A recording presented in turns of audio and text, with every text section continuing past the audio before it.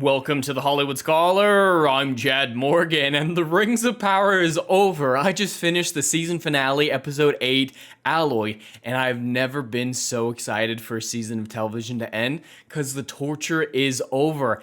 And wow, the plot leaks were 100% accurate, down to the very line usage in this episode.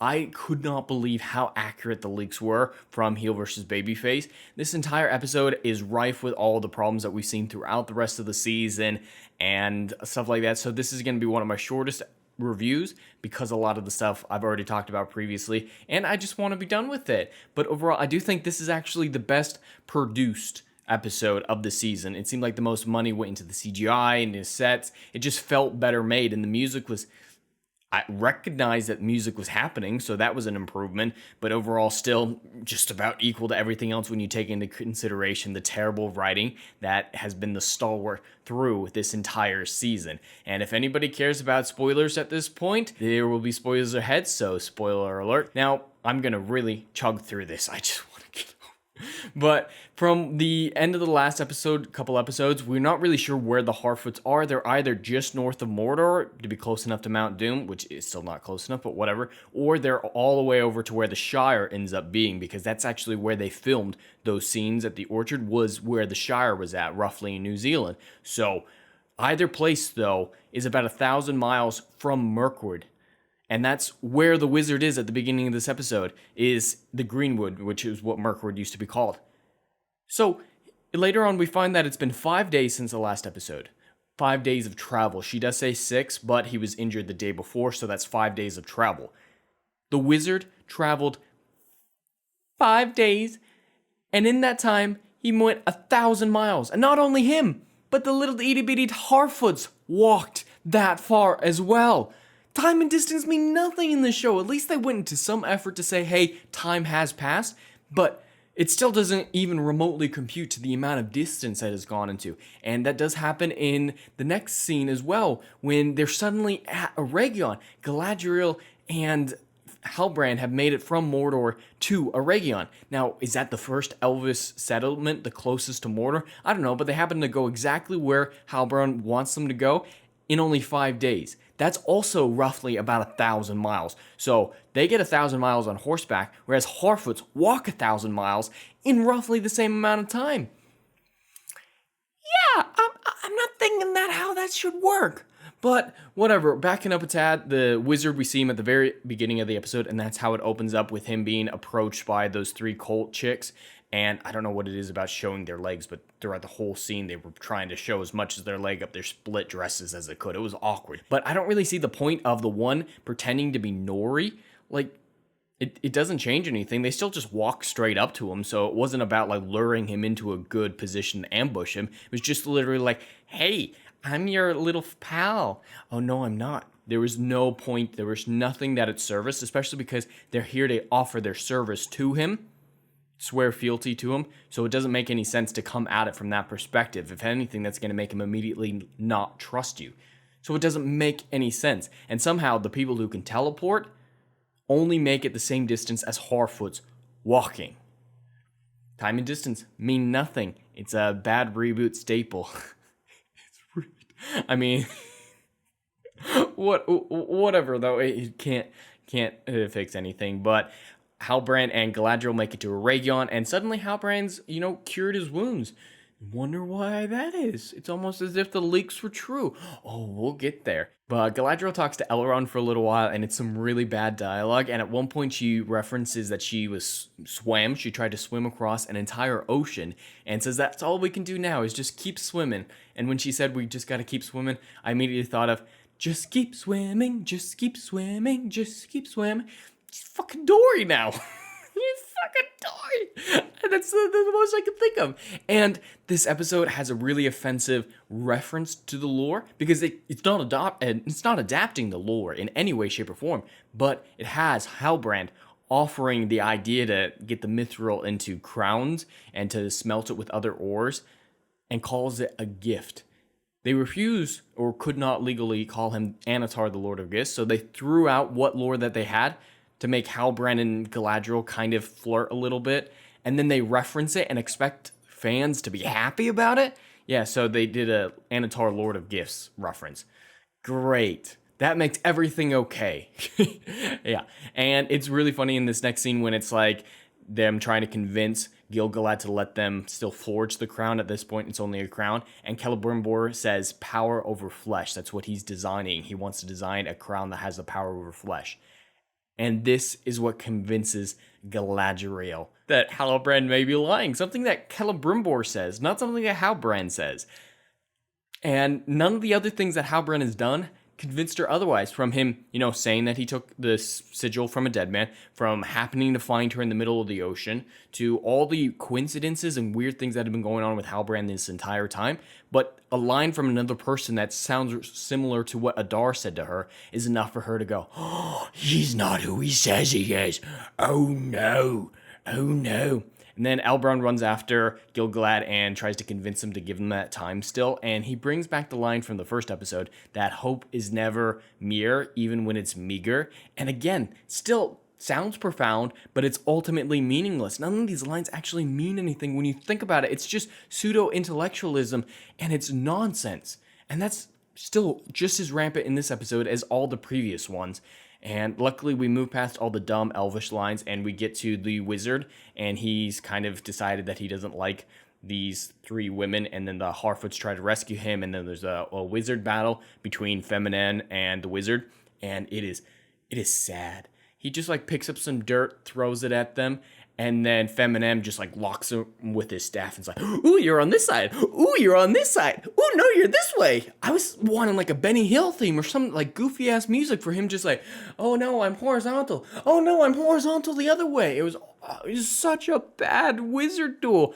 And then the Feminem loses her staff, and Gandalf, because that's how he is, we figure out later, gets the staff. And this is a bad reboot trope, and it's not actually Bad Reboot making the show, but J.D. Payne and Patrick McKay are from Bad Reboot, and so they have to give us the origin stories to all that has ever had any nostalgia with it from these franchises, like Mount Doom getting an origin story, and Gandalf getting his staff. Now, it does break, but it's still supposed to remind you of how he got his staff, give a temporary origin for the staff, and then it breaks, reminding you of how Gandalf's staff broke. There's a lot of references to the original Peter Jackson Lord of the Rings trilogy. The most grievous of them come later, but of course they had to do that little dig, so it's ooh, he has a staff now. The guy who looks like a wizard has a wizard staff. I can't figure out what this means. I'm just too stupid. I think they're going to need to spell it out for me. And of course, they take the opportunity to spell it out as clear as freaking possible because they have no faith in the audience. And then we get a brief scene with the Numenorians sailing back to Numenor, and Big Tits McGee, she's kind of doing their thing with the king. Doesn't actually matter in this season, but whatever. And they sail into the harbor, Queen Muriel and Elendil. They sail into the harbor, and the king is dead. But the funny thing is, though, in a couple episodes ago, episode 6, they sailed across from Numenor to Middle-earth in one day, and then sailed up river one day, and rode horses inland one day to get to the village in time to rescue them from the orcs in the same time that those people experienced one day. Well, now, for some reason, that same journey that took 2 days because they cut out the 1 day inland riding horses when they got back to camp, that's 2 days are suddenly 5 now?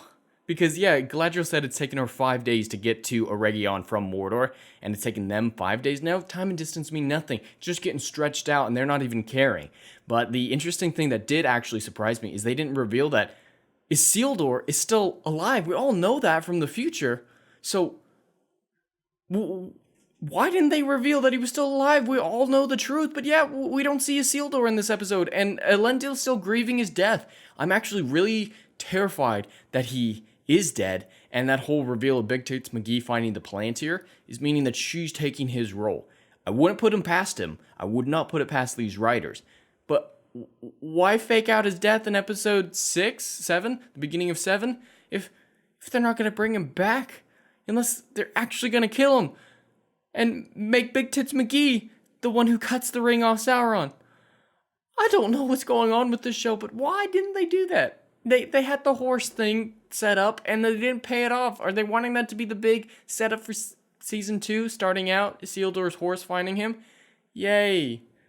And then we get back to the awful elven stuff with Galadriel. She set this random elf dude to investigate. Apparently, they're small records of the humans. Apparently, they don't have good records of humans, so it's going to take him a while to investigate. And suddenly, he has the investigation done just like that, because time and space mean nothing. We have no idea how long all this is taking. But he's found the family history of the King of the Southlands, and apparently that line was wiped out 1,000 years ago. Just like the one piece of human historical data that they have is exactly what Galadriel needs to confirm her out of the blue suspicion of Halbrand. And it's just so coincidental. Coincidence, time and distance, none of it means anything in this show. And then she confronts Halbrand, and Lord and behold, to my utter shock, Halbrand is Sauron. Oh my god, who could have possibly seen this coming? And he uses the words from the leaks too. This is mind-boggling. Of course it's not. And then that whole dream sequence of her and Halbrand talking through Finrod and then them on the raft together again is incredibly cliche. They don't even do anything interesting with it. Like, CW writers could come up with a more dramatic way to reveal that he's Sauron than this extended memory sequence with Sauron standing in for other people. It was really weird, it was really pathetic, and not really all that compelling. It was just trying to make Sauron out to be a good guy through all of it, which obviously everyone knows isn't the case, so it didn't serve a purpose at all. And when she wakes up, she's like, Elrond, prove to me that it's you. The thing that makes that not a good strategy, because when she was talking to her brother earlier, he was telling her stuff that only he would know. So Halbrand's obviously gotten into her head and can read her thoughts and prove to be her brother. So why does she take Elrond giving his first meeting her memory as proof when Finrod also knew stuff that only Finrod would know, Sauron as Finrod? Shouldn't be proof, but she takes it as if it is. Yeah, it's freaking retarded. She's retarded. Actually retarded for coming up with that, prove you're actually Elrond. There's really not a whole lot of way to prove that Elrond is Elrond after Finrod knew stuff that he wasn't supposed to as Sauron. But the one thing that did surprise me in this episode is they got to do an origin story for everything, and I should have known that it was going to be something stupid, but yeah, the 3 rings were forged by them, and it was Galadriel's idea to split it into 3 and make them rings instead of crowns, and they melt down her brother's dagger to be the ore plus the mithril to make the elven rings. They do that. I was shocked. I shouldn't have been, because everything needs a dumb origin story, but yeah, the dick dagger she's had this whole time and done nothing with is what makes the rings. Wow, they must think that is so profound. They think it's so cool. But the rings are made and they're melting it down, whatever, and the wizard is back. For some reason, they traveled back 1,000 miles with the Harfoots back to the orchard where the Harfoots migrating to. For some reason, the Harfoots are leaving, even though they're supposed to winter there, but they don't provide a reason why they're migrating again from the place that they're supposed to winter. Has it been all winter? Who frickin' knows? But he straight up says, oh yeah, the word that they called me, it means wizard in your language, just in case the audience was too stupid to realize man who looks like wizard with wizard staff is a wizard. They have to spell it out for you. And they don't use a name for the wizard, which is what we heard. So the main theory is that they haven't decided which wizard it's going to be. It's not true. It is not true at all because of what he says soon after this. After Nori and them have their farewells with the other Harfoots in the most cliche ways possible, several of them reminding us of moments like Fat Sam ripoff, female Sam running after her saying, no, don't go. It reminded me of Sam running into the river after Frodo at the end of Fellowship. A lot of little moments in the goodbyes that were supposed to remind you of the original Peter Jackson trilogy. But as Nori and Gandalf are getting ready to set off, he smells something and he's like, we're going that way. He's like, why? There's a sweet air in the breeze. When in doubt, little Nori, always follow your nose. That's a Gandalf line. This is Gandalf. This is Gandalf. They're not even trying to hide it now. But at least when Gandalf said that in the Fellowship of the Ring, it made sense. He was in a mine with 3 different tunnels that, you know, the deeper tunnels would have heavier air. The tunnels that laid out would have fresher air. That makes sense. But you're on the top of a hilltop in a forest. Your smell's not gonna help your direction. So it's just a cheap another, like, it's a wizard, guys. It's Gandalf, in case you were too dumb to figure it out. It's Gandalf. I'm surprised they didn't just, like, turn and shout at the Harfoots. It's like, hey, this dude's name is Gandalf. Yeah, this is Gandalf. They stopped just short of shouting it at the audience. And, God, it was really, really dumb. And one last thing I wanted to say is they didn't even actually add anything really special to the rings. And the rings somehow save all the elves from fading, the light of the Eldar fading from them, at least for the time being. And they give them power over certain elements, like there's the fire ring, the water ring, and I think it's the air ring is the third one. They do that, but there's no actual magic that went into their crafting. It's just mithril added with some gold and a silver, and they put some jewels on them. There's no magic in that. So mithril, just by having mithril, made them the elven rings of power. That's it. That's it. So why does Frodo's chainmail full of mithril? It's like near entirely made of mithril. How does that not give him superpowers? Because that's a lot more than they got. One little chunk of ore made 3 magic rings that can do all that, but his full ass thing of chainmail doesn't do shit. Maybe it's because mithril isn't a super duper magic ore. It's just a really good ore. That's probably what it is then. But that is the end of the episode and the end of the season. Things are wrapped up, and I can't be happier that it's over. I do think this one is the best production-wise, but still has one of the worst scripts, so it kind of balances out to be an average for the season. I think I enjoyed this episode the most, mainly because apathy set in after that terrible episode 6 with the battle. That one broke me. That was when my anger at the show was at its peak. Then apathy set in last week, and now I can just laugh at it. So I was laughing through the whole thing with everything that was going on, but it's over, and I can't believe it's getting renewed for a season 2. But this show it needs to end. This was offensive lore-wise. It was offensive to the eyes. Its writing was juvenile at the very best, and I can't believe I made it through this entire season of television. As the average of the show, I will give this episode a 2 out of 10, and still being generous with those. Still feel like I'm being very generous. And I can have my Thursday nights back and not have to deal with this utter crap every single week, and that is a victory and a thing in this episode's favor, if nothing else. But anyway, that's all I have for today. I'd love to hear your thoughts in the comments below. Please like and subscribe, and I'll see you in the next video. Anon.